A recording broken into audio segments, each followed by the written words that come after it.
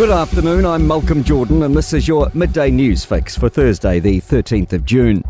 A man's been shot and another has escaped after a search warrant was served on Auckland's Awhitu Peninsula this morning.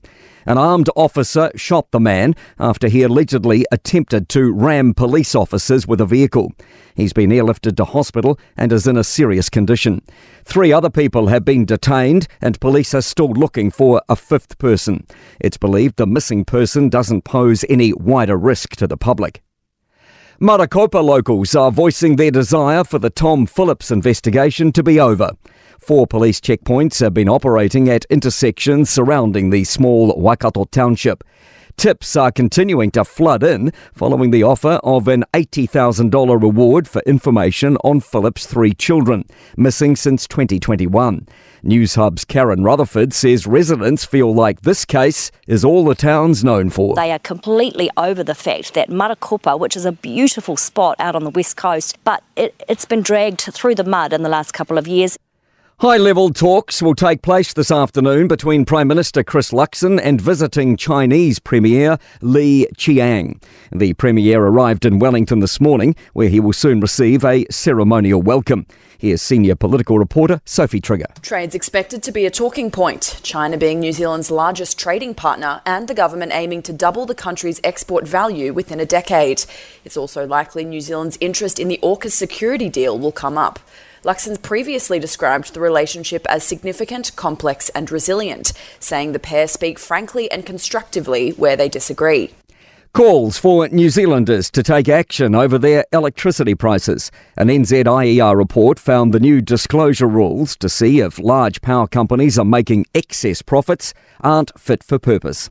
The research found the internal pricing gentalias, companies that both generate and sell electricity, are providing isn't enough to see if prices are being artificially inflated.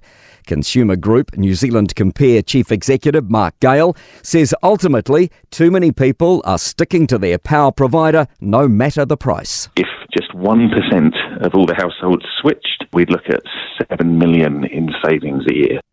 Nationwide productivity was down last year, and while some regions have fared better than expected or better than others, Xero's Small Business Insights report shows overall small businesses faced a 6% fall in productivity in 2023. Heavy rain warnings and watches are in effect for several parts of the country. Orange warnings are in effect for northwest Tasman from 6 today for 24 hours and Bay of Plenty and Rotorua from 3 a.m. to 8 p.m. tomorrow. Flooding and slips are possible in Bay of Plenty. People are being advised to clear drains and gutters, avoid low-lying areas and drive with caution. There are also watches in place for Northland, Auckland, the Coromandel Peninsula, Taupo, Mount Taranaki, Westland and Fiordland. To sport, Canberra's entry into men's A-League football has been postponed by at least a season due to funding and recruitment uncertainties.